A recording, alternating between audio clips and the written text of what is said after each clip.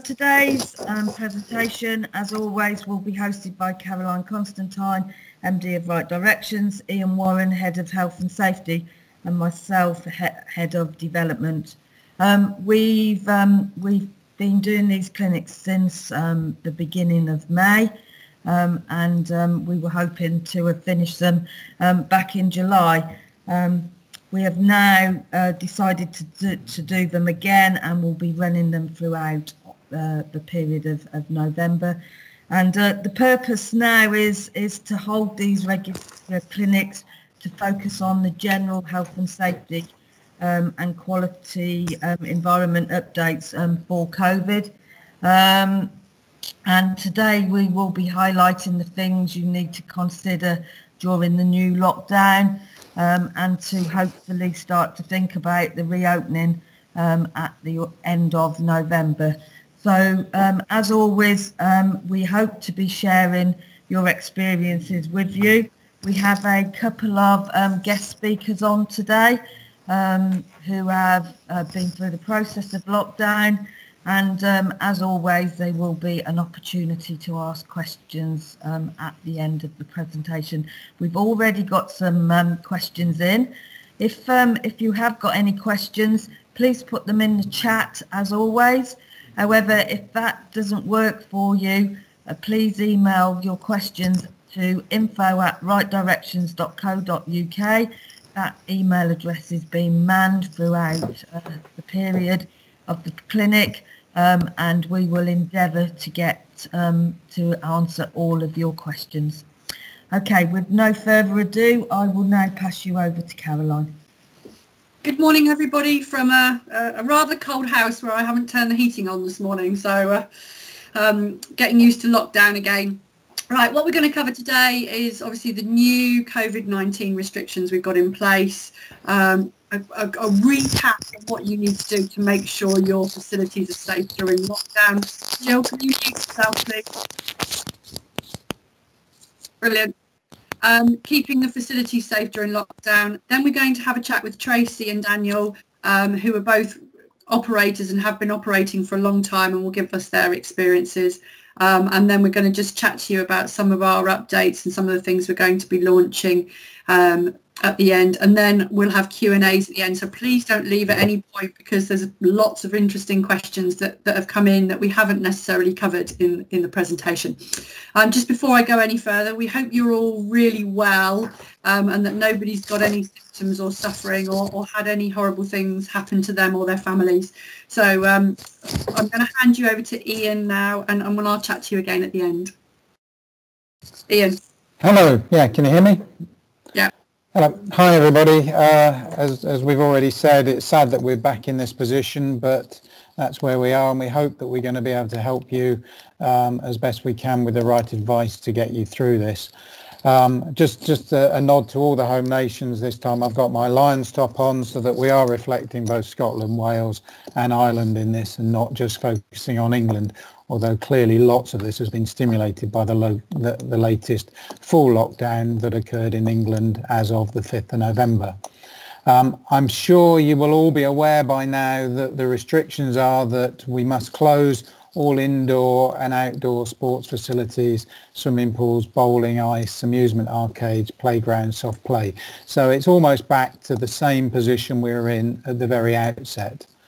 If you'd like to go to the next slide. There were some exemptions put in it, as there were drifted in slowly during the previous lockdown, in that elite sports can still continue. Professional sport in terms of professional dancers and choreography can still continue. And the indoor sports and facilities for supervised activities for children where, and also for educational purposes, where allowed in the initial guidance to be stated to be exempt. However, that has since been clarified, and that relates purely to educational facilities for children and childcare facilities. So I know some people had thought that that could continue to allow swimming lessons, but sadly it does not. Schools where there are dual use facilities can still allow people to come in and use their facilities as part of their PE program. I think morally though, and also as per the letter of the legislation, it does mean a total closure other than some very few and narrow exemptions. If you are considering looking at those, though, we would advise that you make contact with your local EHOs to avoid any enforcement later on of being closed down retrospectively. But from what we can see, there is very narrow exemptions in that. Clearly, we're all going through different states of lockdowns. Wales are a long way through their 2-week fire break and are looking forward to the 9th of November, where technically gyms and leisure facilities might be able to be reopened. However, I think you need to continue to watch what your own home nations are saying. We are aware there is concern that maybe if the numbers haven't come down, it won't mean a complete return to where you're at. But I think we've got to be positive and hope that that might be the case. Clearly, the Republic of Ireland have got their lockdown until the 1st of December. Northern Ireland, similarly, their restrictions came into place on the 13th of November, and they've got a while to go with similar things to look out for at the end. And Scotland have only just started their 5-tier process, where gyms and leisure facilities have been allowed to remain open up to and including their tier 3. It's only if they go into tier 4 that they have to close. But we would ask you to keep an eye on your own local restrictions. Next slide, please. Just going back to that, one thing which I didn't say was that PTs for outdoor sports can continue, or outdoor facilities can continue, but it is on a 1-to-1 basis only. The previous things of 1 to 6 have gone. So if PTs want to operate, it's outdoors and can still be done, but only on a 1-to-1 basis. Similarly, some facilities with other amenities where they've got libraries inside and citizens' advice, for instance, can still open for those activities, although for libraries it's for IT use only. Books can be taken out, as far as we know, for click and collect, and the same as catering facilities within your operations can still operate, but on a click and collect at the front door basis only. I'm sure not many of you are thinking of that, but if you did have facilities that had operated those successfully and were still able to do so, then it is only on a click and collect basis. This slide at the moment shows a publication that came out last night from the NHS. We've put the link in there where you will be able to download this, which gives fairly clear guidance for the various different areas and might be helpful and something you might wish to download.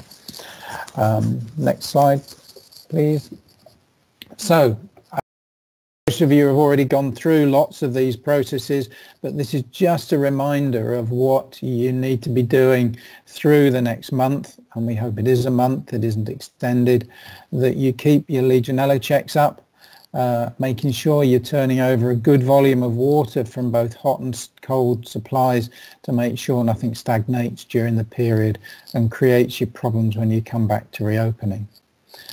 Thorough examinations that are due during this lockdown period, we're aware, can continue, and we recommend you should, as far as possible, try to keep on top of it. I think lots of other businesses now are continuing to be able to offer those services during this time, and if you can keep on top of statutory inspection, then you should. Certainly your own internal checks should continue, so firefighting equipment, your fire alarms, you should be continuing to record that during this month period. And if we get any bad weather, you should think about making sure you get people to check external structures, etc., to make sure you haven't any damage or issues that need to be addressed during the lockdown period. And clearly you need to maintain pool water. I'm aware that lots of you will be turning plant down and reducing temperatures. Just bear in mind, technically it is only a month, and that anything you drop you will need to increase back, and the economics of it need to be worked out quite carefully as to the benefit of how low you drop temperatures, you reduce turnovers, etc. Clearly, you don't want to risk, if we get colder weather, pipe bursts. So just be aware that the cost won't be quite the same as last time round when we were going into a nice warm summer.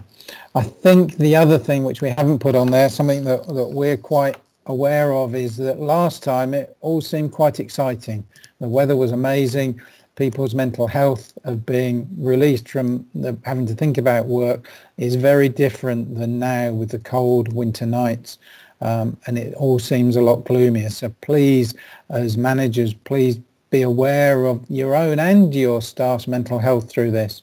And something we'd like you just to put on chat to see whether you're interested. We're considering doing a weekly Kahoot sports quiz as a fun thing that you may want to get some of your staff to be involved in and to contact us on. So if you're interested, please put on the chat so that we can gauge whether we think it is something that we will want to try and construct for you. But if you don't want to join ours, we'd recommend you think of something similar for your own teams. So next slide, please. And this really picked up on the same. Ensure staff returning, when they do return, perhaps you consider refresher training. We do know towards the end of, before we locked down again, we were seeing quite a dramatic fall off in compliance internally, with staff not distancing, managers forgetting, and it really does need this national effort to try and help us get through this. And I think we as need to be setting those examples and making sure staff don't forget. So when we come back, and hopefully we do, please don't forget to re-stress to staff this need to keep themselves, your customers, and overall your business safe, and that we don't fall back again. Make sure things like food that are in freezers are still within use-by dates, and if not, remove those if when we come back they'll be out of date. All right directions health and safety audits have been cancelled during this time. However, we think that key activities like the statutory checks, so statutory inspections on fire risk assessments and Legionella risk assessments, can still take place and should still take place, and we're still able to do those and are able to come out and offer those services. And use the lockdown period to review your COVID secure measures. We've been there once, we updated them once. Make sure you're making best use of the time so that you are right up to date and you don't have to go backwards, so you can focus on generating income and revenue and driving your businesses forward, so when we are allowed to reopen. And this point about us offering Kahoot quizzes, I think it's something that's important to maintain contact with your furloughed staff, and where possible to keep their ongoing training and development going. That is permitted during furlough, so to keep them updated and to complete and to do courses which otherwise might take up their time when you come back, that you might not have if not all your team have returned due to sickness, etc. Could be a valuable time to use that. And on our next clinic, we do have Joe Tolbert from IQL coming to talk to us again. So something to look forward to for the next clinic. And now I'd like to introduce our two guest speakers. So Tracy Lyons and Daniel Infante, they're two of our clients. And they've worked incredibly hard during the previous lockdown to become reopen and to focus on the issues. So hopefully they are online. Are you there, Tracy? Are you there, Daniel? Yes, if you can hear me. Yeah, I can hear you, yep. Daniel. That's great. Hopefully Tracy will come on as well. Good morning. Hello, great. It's a relief to know that you're both there. If you want to unmute your cameras, you may. You might want to remain hidden, but it's up to you as to whether you want to be on. But if I could start by asking you both, and perhaps Tracy first, for three things that you would do again as you come out of lockdown, and three things that perhaps you might think about changing. So we'll ask you both those questions. If I could start with Tracy to see whether you've got any pointers for everyone on the three things you thought you did well and would definitely repeat, and 3 things that you might change. Yeah, definitely, Ian. Thank you. I think actually coming out of lockdown, it enabled us to introduce measures that we've always wanted to do. We'd talked about for a long time that our foundations were weak and our training through our systems over the years had become diluted with our QMS. So when before we reopened, we had a training week with 100 staff, 6 different locations in 3 different bubbles. And the complexity of it was logistically a nightmare, but the impact of it was fabulous.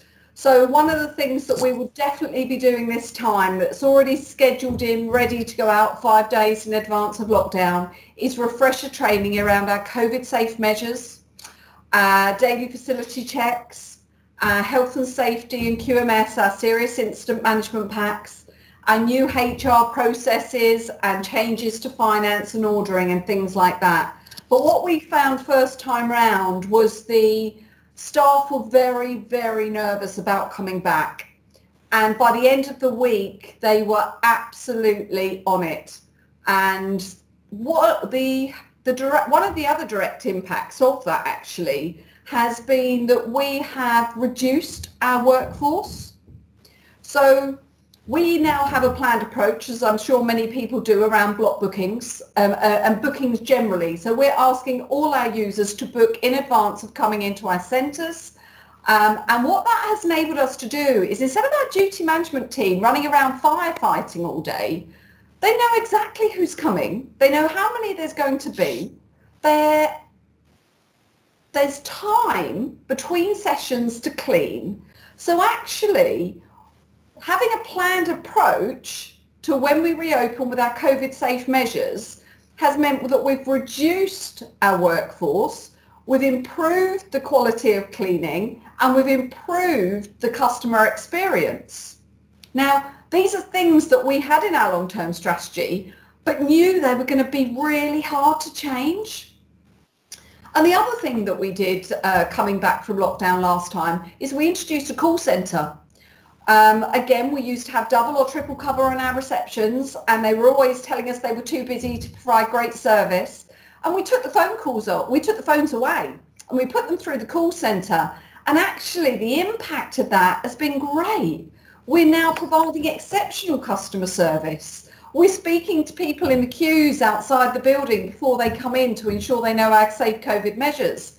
And we're spending time dealing with face-to-face intervention rather than trying to answer the phone, sell a ticket and deal with the customers in front of us. So there have been 3 things that we will absolutely bring back this time round.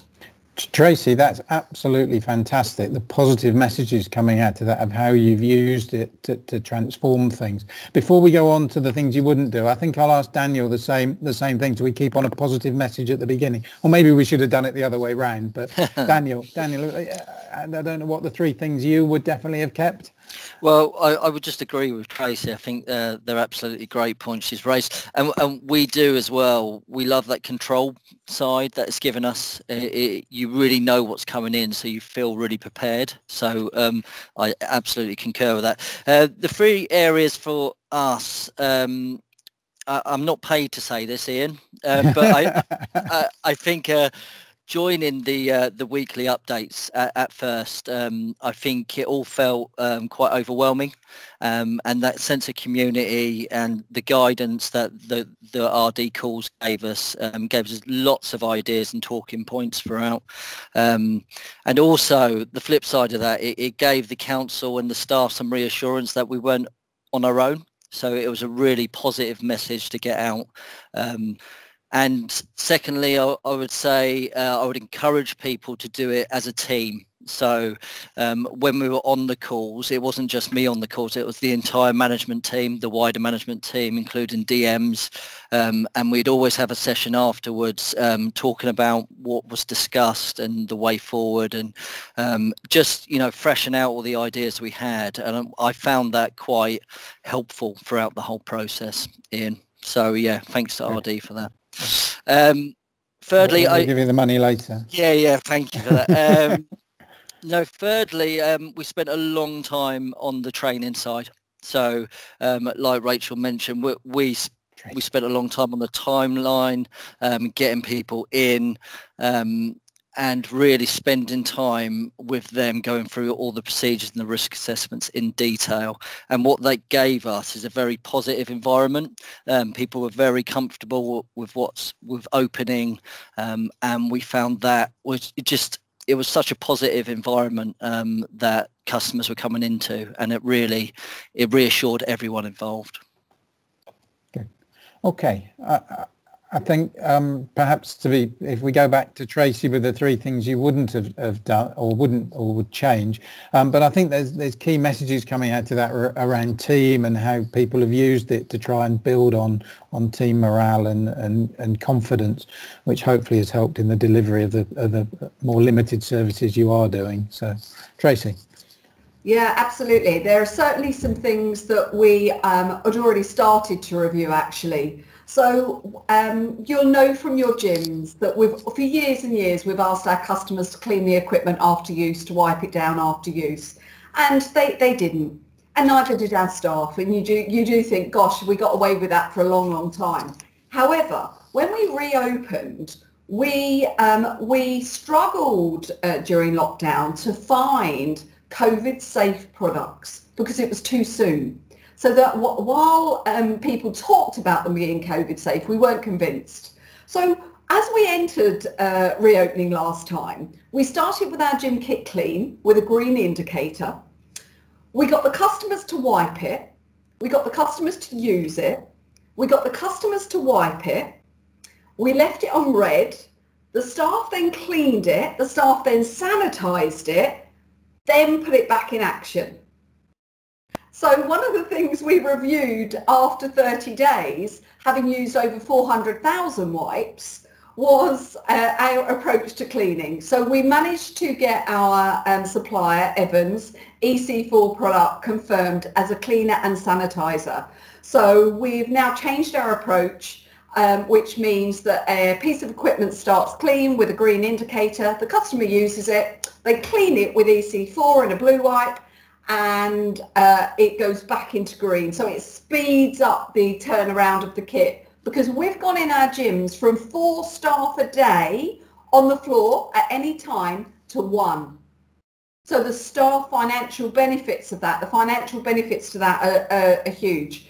So 400,000 wipes in a month, it wasn't going to be sustainable. But what it did do is give us the time to ensure that we had a COVID safe product. So we've done that, and we'll continue to do that. And we make that really overt. And if our customers aren't following the rules, we issued to our customers our COVID safe statement and said, if you're not prepared to play the game, you're not coming in. And 1 or 2 people have been asked to not come back ready. Yeah, we're not ready for you. You're not ready for us.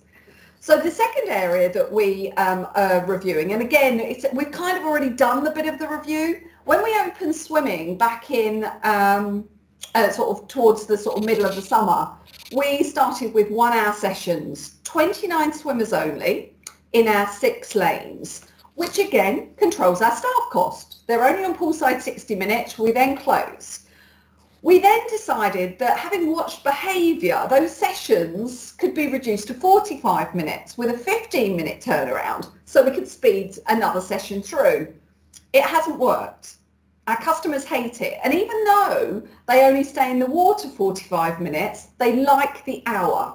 So again, one of the things that we have done is you pick up a card at reception that says, it's got a number on, cubicle 7, and you put it in your cubicle. You have your swim, you come out, you go back to your cubicle, you know no one else has used it.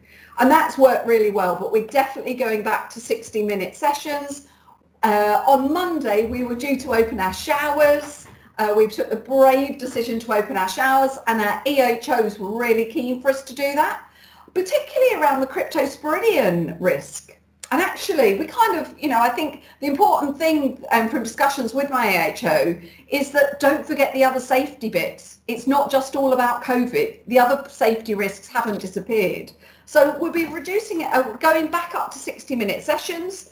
And the third area that we we thought we were going to nail, and we really didn't, was our returns to block bookings. We brought it all in centrally because it had been done very badly over the years, but actually it became very sticky, and the local knowledge within the teams wasn't, we hadn't done the insight work as well as we should. We had problems with fees and charges, people had done deals, and we've been trying to unpick that. So we're going to keep it central to a point, but introducing a DM lead in that space to ensure local knowledge. But the critical thing is we have to have 100% compliance on our forms. And actually on audit, around 70% of our paperwork was not complete. Out of date insurance, no safeguarding information, all the things that if we ended up in a court of law would have been a real problem. So we're reviewing that approach. Okay, thank you. We'll come back to the issue over the EHOs at the end, because I know both of you have built very strong relationships with your EHOs and public health through this, and I think that's quite important. But Daniel, have you got anything to add, or things you'll change and not do coming back? Yeah, I think in hindsight, we spent too long over that face mask kind of debate, Ian. Yeah. And you led the way in some ways. You went ahead of everybody else. Yeah, we did, and actually it wasn't a big deal, Ian. It was received really well, just to let everyone know. And I wish I would have done that sooner, because actually it created that safety in the building and reassured everyone. So it was can you just expand on that, because I'm not sure everybody fully is still doing what you decided to do weeks before government sort of tried to explain it more clearly. Yeah, it was just we've got some areas in the building, some soft plays and cafes. So obviously some of the guidance was different from the main building. So in our cafes and soft plays, for example, the soft plays, the parents are advised to wear a mask if they're not eating or drinking.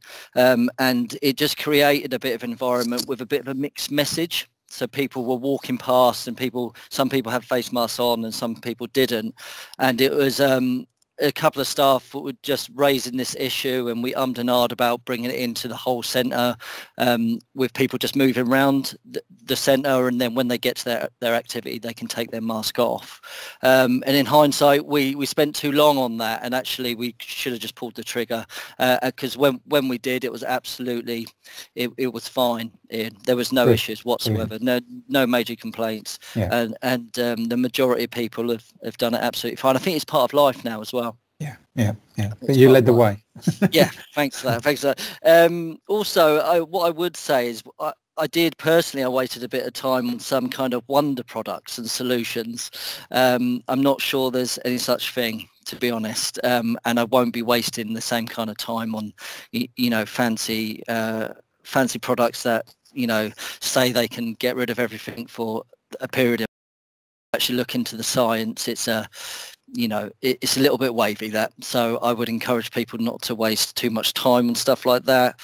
And again, with what Tracy said, actually, we have over-engineered some areas, absolutely, and we need to go back to those areas and look at them. Pool timetable, exactly the same for us. We definitely over-engineered that at first, and the change rooms as well. At first we didn't have them open and the showers open, but I think we've got enough control measures in place now to have most things accessible and in a very, very safe way. So we'll be looking at a lot in this time and reviewing everything as usual.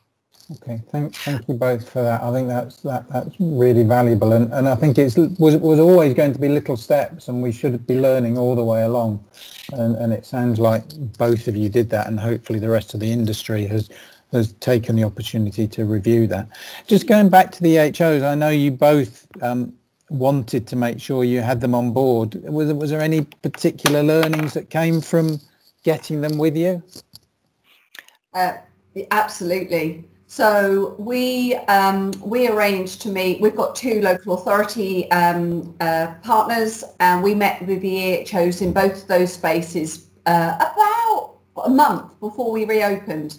We walked them through virtually our COVID safe measures, and we asked their advice. And actually, the only advice they were able to give us was, I can't even remember now, it was so tiny, but they were really satisfied that we'd ticked our boxes. So what we actually did is we'd arranged calls with them 2 weeks ago to review the impact, to review the risks that we'd experienced, and we'd had one member of staff test positive in our 17 facilities. And we'd shared that with them, we'd shared our approaches, and again, we really wanted to work through with them that we could stay open if tier 3 went live, because that's public health approval. So, and both of them agreed that the principles were there with evidence that we were COVID safe and moving into tier 3. One was happy that we stayed open, and the second was happy for us to have a final conversation around that. But that was really valuable. But even more so, meeting with one of my AHOs this week in relation to education. We have a number of sites which are not directly linked to the schools, but used by the schools. And actually working that through before the full government guidance came out was integral to keeping school activity going yesterday. We've now got the advice that that's fine, but we hadn't got that. But our EHO was able to say, yeah, you know what, I'm going to do it. Go for it. I think we, everything's suggesting we're safe, but having that team's relationship and that face-to-face with Claire and Emma is absolutely invaluable, because also we know that if we get it wrong, they'll talk to us. If we mess up, if something gets dropped, they know that it will be a one-off and not a regular occurrence. So we're a COVID secure business. And Daniel, the same, similar? Yeah, absolutely. Open and honest relationship, walked them around the sites. I also shared the risk assessments and the procedures with them as well, so they could view everything we've done, and they were really impressed throughout. So that they didn't really have any points, to be honest, Ian. Good. Yeah. Okay, just one last thing for both of you. How are you going to, Tracy sort of half answered this through her opening of what she would redo. How are you going to use this next 4 weeks to make sure when you come back you're focused purely on the important things of delivering a service rather than having to catch up with anything? So what are you going to do? I've got a list. So we have put most of our staff back into furlough, apart from our operations business continuity team that need to be on site for building works and so on and so forth. So we're going back to our QMS. We're going back to our COVID safe measures. We're going back to our risk assessments and just reviewing against the most up-to-date guidance. We're going back to ventilation and occupancy. We know that our COVID safe is working well, and we were probably quite generous on our 3 metre square. We went beyond, and actually can we reduce that down now that we know that our systems work? So we're really going to review those key decision-making documents that will allow us to reopen, but hopefully with increased occupancy in those spaces. So that's the key thing for us. I've already scheduled this morning the return to training plans, and we've already started writing those. And I've also started working for lockdown 3. I've already got my plan in place. That's pessimistic. So, but it's key. So each time we sort of demobilise, we then remobilise, demobilise. So we're ready should we come out and then go back in again. I think in reality, Christmas, people are likely to be back together. Look what happened when the students went back. There was a big spike. So we're actually just getting ready for number 3 as well. Bit of a hint from Rishi Sunak extending the furlough to March. Yeah. So. Absolutely. Daniel, anything? Much the same. It's about fine-tuning what we've done, improving in areas. What we have done recently, actually, just touching on your opening statement, Ian, is we've done some mental health first aider training with some of the key team, because I think that's going to be a big part of this, helping people manage the whole COVID situation on a personal level as well. But yeah, just fine-tuning all the procedures, all the areas, looking at where we can improve. It is about keeping the business going as well. It's very important that we have that balance. Brilliant. That's a real good picture of two sites that I know did things well and are continuing to improve. And I thank you for your input. We will have a Q&A at the very end of this. We've already got some questions in, but please put on the chat if you want to ask us or Tracy or Daniel any other questions, and we'll try and bring those in and round that up at the end. So if you put who you want to aim it at, if Tracy and Daniel are willing to stay on to the end, then we can have a bit more of a Q&A and involve everybody. So thank you both of you. And thank you everybody for listening, and hopefully the chat line will start popping out with questions for us to be able to fire around. So I'll hand over now to Caroline, who's going to continue with the rest of the updates. Yeah, big thank you Tracy and Daniel for that. Daniel, as we said, bottle of beer. We weren't expecting that lovely accolade, so thanks for that. And Tracy, one thing you said, which I hadn't heard before, which I thought was really interesting, was that you've got the confidence to turn customers away. That I'm really pleased with that. I think I've seen an awful lot of customers in my local leisure centre who potentially should have had a ticking off, if not a please leave and come back when you're ready. So yeah, I think that was a really good point for everybody to take on board, that you don't need to keep the people who are abusing the rules. It just will affect everybody else's confidence. So I thought that was really interesting. Something I saw that when I went to do a mystery visit at a leisure centre recently, which I thought was a brilliant idea, which would also reduce the need for all the wipes, was when you walked into the gym, you got given your own spray bottle and your own cloth, like the cloths that you clean the telly or the car with, and you use that cloth throughout your session. So you were responsible for cleaning the piece of kit that you got onto. And then at the end, they kind of had a pickup point at the end before the exit, which was obviously a one-way system, so you went out a different route. You left your pots, your bottle and your cloths, and the cloths were washed, and the bottles were obviously sanitized. I thought that was really good and quite a cheap way of doing it. You know, just the 99p bottles that you can pick up from Pound Shop and stuff. So I thought that was a really good practice. But anyway, just to move on. We will be carrying on with our COVID briefs. So for all of you who aren't on our Twitter feed or Facebook or LinkedIn, please go and get on those. We're releasing those every single week with good practice, new guidance, updates, etc. So please go on all of the social media and you'll find those. Again, if you do need any help, like Daniel said, obviously having us around gave him an awful lot of confidence. So if any of you do need anything, please shout. If not, we totally understand. And again, we are taking any new queries through the calls if anybody needs to. The other thing that we do, just so you know, is we have an accident platform which also has all of our risk assessments, COVID risk assessments that you use and adapt to yourselves. If anybody wants to join any of those on a Monday at 2 o'clock, feel free. And even if you don't have Stitch and you want to join, just let us know.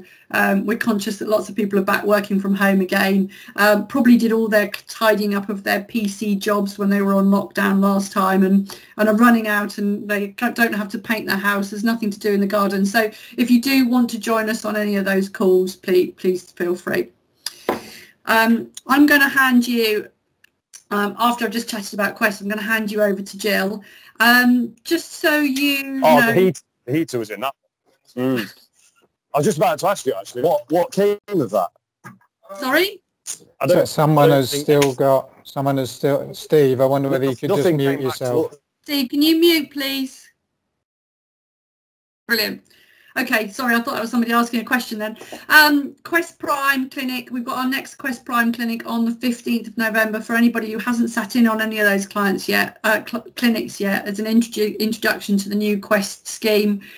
We are up and running. We've done quite a few assessments in October, gutted obviously that we can't do the ones that were programmed in November, but they've gone really well. We've had some fantastic feedback, and again, one comment from a centre up in Hambleton said that they felt very alone. So other than sitting in on our clinics, they felt they were doing their own thing and they didn't know how they were doing as a benchmark. So having a Quest assessor coming in and saying, look, in comparison to other centres I've been into, they really valued that as a benchmark. So if anybody wants to sign up for Quest, come back into Quest, please give us a shout. Email info@questmbs.org. So I'm going to hand you over to Jill. And thank you ever so much, guys, for coming on board today. Jill, over to you. Thank you, Caroline. Thank you, Ian. And a great big thank you to Tracy and Dan. I thought that was really good, what you've the insight that you've given everybody today, and the comments on the chat are saying that as well. So thank you very much. I just want to give you a quick update from Right Directions to what we're trying to do additionally to help you. So on the back of our online training, our COVID-19 training, we've been beavering away in the background, and we will be launching our on-demand training next week with our first releases, including safeguarding, Legionella, introduction to health and safety, and fire marshal training. As Ian's already said, you know, your teams who are furloughed can still undergo training. So we fast forwarded releasing some of our courses, and we'll be able to update you better on the clinic on Tuesday. What we're going to do is, as always, Right Directions think that all our products are great value, and we're going to be launching this training in November, dirt cheap, and there's going to be great discounts throughout November for you guys to get your teams on this training. You know, we're really conscious that the mental health of our teams may be affected, so how better to give them training. Just a quick update on the COVID awareness training. We've delivered over 11,000 courses to delegates, and this course is still available. Not probably at the moment, you won't be bringing back people from furlough, but thinking about this at the end of November, beginning of December, a refresher training for staff, or even for those staff who haven't yet been back to work since March. So that training is still available, and just let us know if you want further details on that. So next slide, Caroline. The other thing that we've been working on is we've been overwhelmed by how many people have actually contacted us during the period of that we've been in the last 6 months for health and safety advice. Our emails are pinging all the time with queries. The telephones are ringing, and you know, we've asked people, you know, what have your current health and safety advisors been doing, and the response to that in the main is, well, we've not heard from them.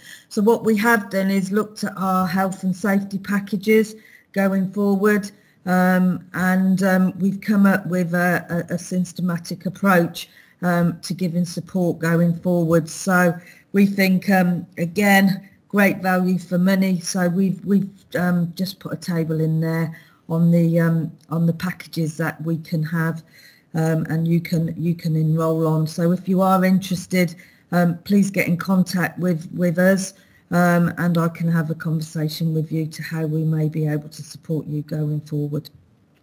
Next slide, please, Caroline. This is for you, I think, Caroline. I'll hand you back over. I think you might be muted. Yeah, I'm muted. Back to me again. So a couple of other updates, just so you know, the NHS COVID app is now available across the whole of the UK and Jersey and Gibraltar. So please, when we do come back in, encourage your customers and make sure they are checking into the venue when they arrive at site. If you do want any of your staff to go through any of the clinics, don't forget we did all the specific clinics on signage and staffing and risk assessments. If you do want to go back and just check on any of those, the guidance hasn't really changed. We know as an industry we've done a bloody good job at making sure transmissions are low. Brilliant job, and obviously we're all gutted that we can't stay open. We understand why, but gutted. We've done a great job as an industry. So I think big pat on the back to everybody out there listening. You've all done so well with your systems and processes and control measures. So but if you do need to go back and have a look at any of the clinics we've done, they're all available online. So we are going to be holding clinics every single week. There is going to be one next Tuesday. Obviously that does sound really quick from today, but we've got Joe Talbot coming in to talk very much specifically about lifeguarding and the way forward with that. So please sign up today. And then obviously we'll be doing them weekly up until the 3rd of December. Hopefully we'll all be able to reopen then. Hopefully we will be in a position where everybody is taking this seriously, and I would suggest that you encourage all of your staff to take the advice seriously, and their families to take it seriously, because the last thing leisure needs is another lockdown in January, which is one of our busiest months of the year. So sorry, I'm just ranting again. Joe will be coming in for our next clinic, and then we're going to be holding the weekly up until the 3rd of December. We are here to support you if you need us between then. And what we're going to do now is hand over for Q&As. I need to jump off. I've got a call in 5 minutes. But thank you ever so much, and we look forward to seeing you on Tuesday, and I'm going to hand you over to Ian and Jill and Jan and the rest of the team to deal with your questions. Thanks ever so much, guys. Just an addition on that, Caroline, on the clinics going forward. We will be having guest speakers every clinic from now on, so we're going to be inviting two operators onto the clinic. We have got the people for next week. We have got a list of people we're going to contact, but if you do want to guest speak for us, and you think that you've got some great information that you would like to share with others on the clinic, please email me and let me know, and we'll get you on the clinic. Don't feel offended if we haven't highlighted you. You'll have probably seen that over the period of time we've had up to 500 people across the clinic. So we're just asking people that we know, really, to ask them to get on the clinic. Okay, Ian, are you ready for the questions and answers? I am, and I hope I might be able to shovel some in Tracy and Dan's direction, but we need more questions coming in. So yeah, we do. We've only got a few in at the moment that actually have come in. They've come in pre-clinic, so I'll fire away. But please, if you have got any questions, please put them in the chat. So Ian, seeing how other facilities are dealing with another lockdown, general and relevant information. I think we've probably covered that with what you've said and Tracy and Dan. But have you got anything to add to that question? I think the information we provided really answers that regarding this current lockdown, and I think it's important that we do all try to support the national effort to try and get this R number down and enable us to get back to operation as soon as possible. And I completely concur with what Caroline said, in that I think as an industry in the main, we have really tried to be supportive and understanding. We do need to keep that challenge being met when we do get to reopen, to keep staff aware of the things they've got to do, and that we don't drift back into what is going to be a very dark and long January, February and March period. That we all come out of this having learnt from the first one, and take the lessons that Tracy and Daniel both emphasised, to make it, when we come back, that you're more efficient, more effective than you were when we came out of it the first time. Just on the back of that, Ian, and I know you touched on it during the clinic, but there has come a question in the chat. Any further advice on what to do to keep staff morale up? I mean, we talked about the mental health of the team, I mean, they must be really suffering now, particularly those who went off on furlough and have recently come back and have now gone back on furlough. And I think there is a real mixture of a human reaction to this second lockdown. I think on a personal level, I think some of the numbers they showed on Saturday were perhaps scaremongering to make the case. And we have to recognise that, and people will have read that and taken their own interpretations on that. I think there are more people having contact with other people they know have had it, and some of having some effects on it, and people's attitudes as we go into the winter will be different, I think, than the summer, and will affect more people in different ways. And I think the only way we can continue to motivate and engage our staff is by keeping that regular contact and trying to keep the positive tone of we're going to come through this and pull together at the end of it. And things like quizzes, whether it be one we run or whether it be ones you run in yourself every week, some fun things alongside the training and other bits, hopefully will help people see that this month won't be as dark and as long as they might otherwise be anticipating. Thanks, Ian. Okay, we've got a specific question from Wales. In Wales, we've had the rule of 30 being applied to a room or a hall. The proposal from the Welsh Government is that this will be moved to the rule of 15 persons per room. Given the increased ventilation, social distancing and increased cleaning that is now in place in leisure facilities, are we aware of which part of the science that the governments are following to suggest this? I hope you've got that question. I think we're flattered that we should have such inside information. I think the only way you'll find that is by trying to go on your own government's websites, obviously in the UK, in England, to look on SAGE's websites, to see what the minutes of their meetings are, to see whether there is any further insight into some of the decisions.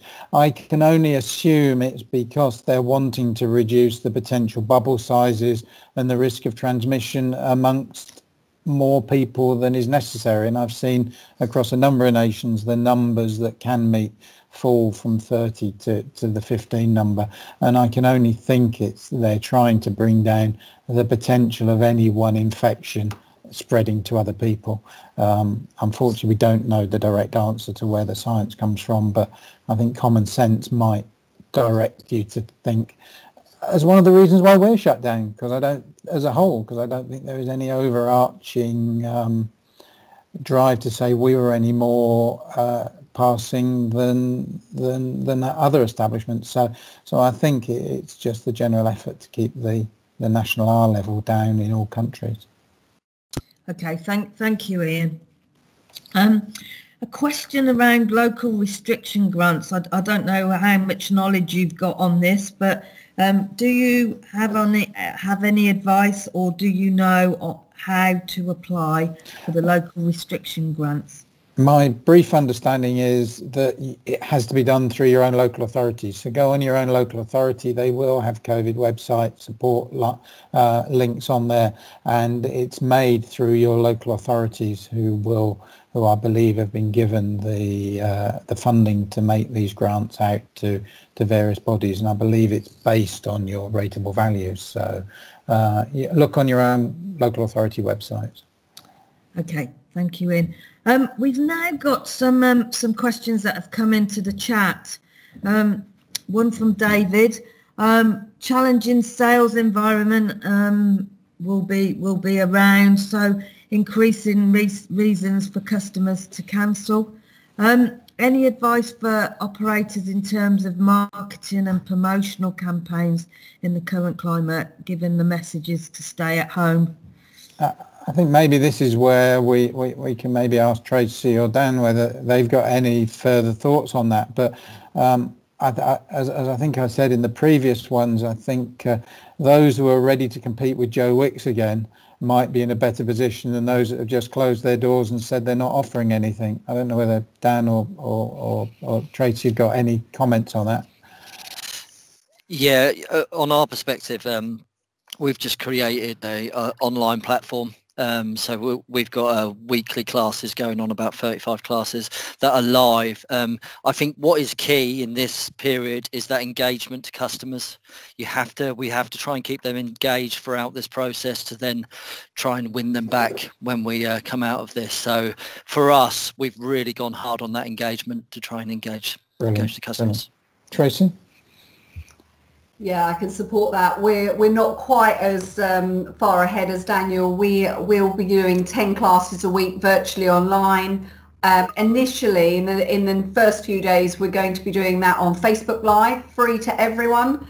And then hopefully by the end of next week, we'll have our new Legend app up and running, and we will be offering a paid membership service for an online service. During lockdown last time, we gave free Les Mills to all of our members for no charge to try keep them engaged. But I think as we come out of lockdown, we will be going hard. So when we came out of lockdown last time, it was all about our members coming back and then feeling safe. We didn't overtly promote new memberships because we didn't want to displace our current members, knowing that we had reduced occupancies available. But this time we're going hard. We need income through our doors. We need members to return. And if those that are currently still frozen don't want to return, we're going for the new marketplace. We are absolutely pushing hard for new members, and we will have a strong campaign that's just being decided at the moment. But our advice from our partners, TA6, are go hard or go home. You've got to be competing with the budget gyms. You've got to be competing with the online market, in terms of differential. And group exercise for us is actually showing a stronger return than the gyms themselves.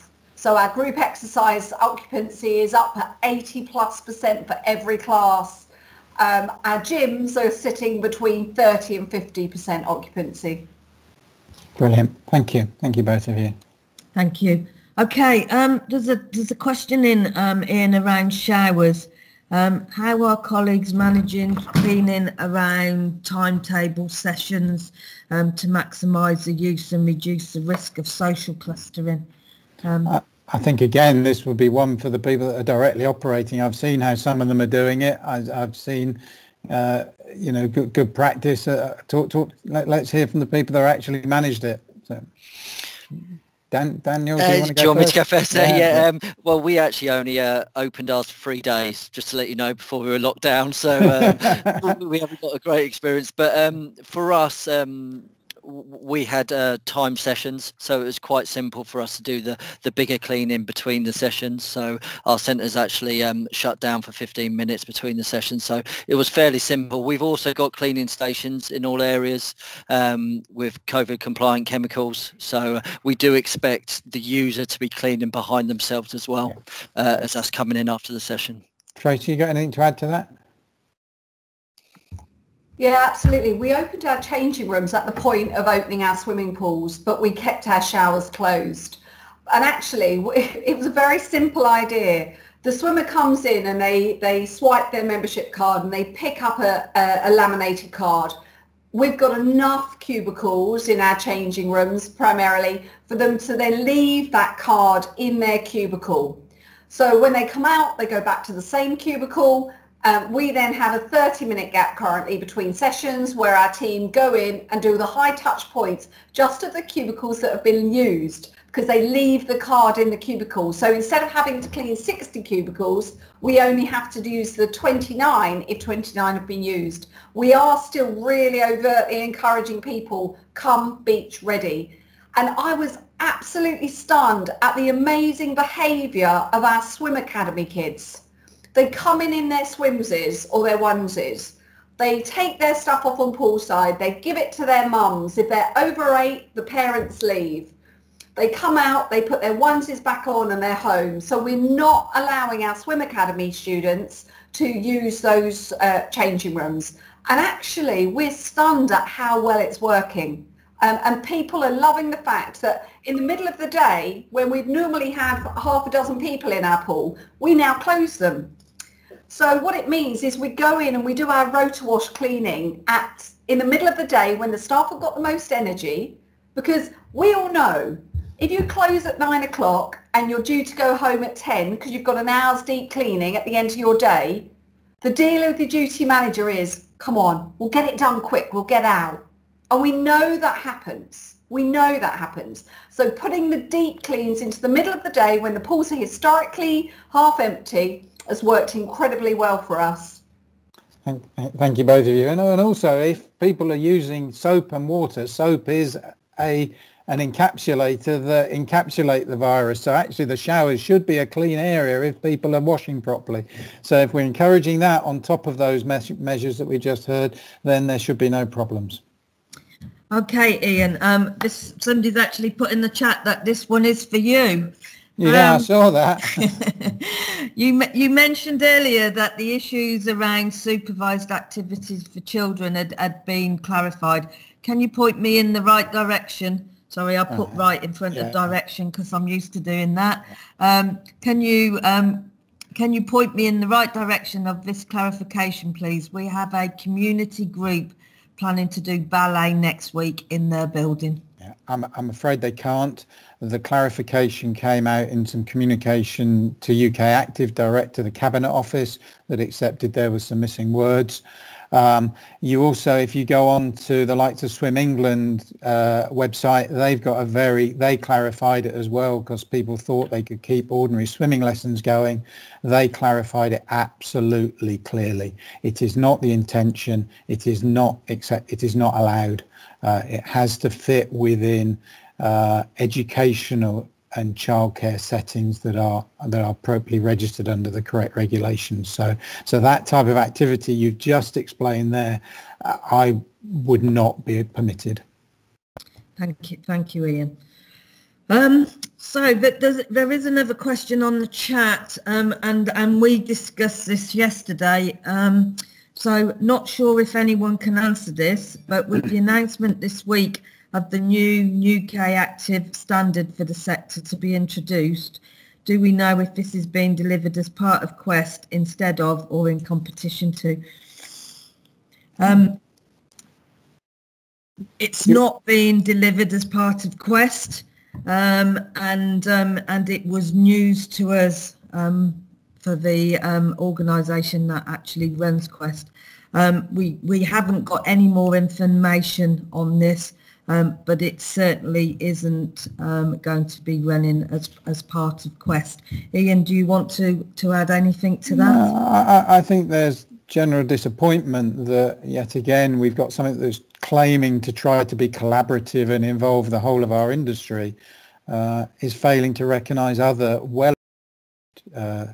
quality marks that is so flexible and adaptable that will deal with our traditional swimming pools, sports centres, can now do trampoline parks, can do private gyms, but it's the private gym side that has never taken it up particularly heavily, but it is more than capable of doing, and I'm not sure they fully understand what Quest does, which is funded through Sport England, and I for one am certainly going to write to the person who gave the statement. So Tammy Gray Thompson's office, I think I will be certainly writing to say disappointed to hear that they've not collaborated with the existing quality marks that exist, which we should all be getting behind and supporting because it's so well established. It did bring up standards and it can do the same for the rest of the industry, and it doesn't need yet another mark that dilutes the impact of what we can achieve across this industry in helping people focus now on equality and participation and some of the wider aspects that I know many of you on this call will be why you're in the industry. So yeah, overall surprise and disappointment. Thank you, Ian. That brings us to the end of the questions, both that have come through info and on the chat. So I'd like to just say thank you again to Tracy and Daniel. Thank you for everybody who's come on to the onto the clinic today. As we've already said, we will be running the clinics every week throughout lockdown, even if that's just a bit of normality for everybody and something for us all to look forward to. Next clinic will be Tuesday. Joe Talbot will be guest speaking. So I'd like to just say thank you and thank you for your time this morning. Ian, would you like to add anything just to say? No, it's just cheerio and look forward to seeing you in a week's time, and hope that we don't have to keep repeating these ad infinitum, but hopefully when we come through this, we will look forward to welcoming you on a less frequent basis, but for regular updates and more in-depth of what we do, which is talk about how to deliver facilities safely and well. So we'll look forward to that date. So thank you, and we'll see you all soon.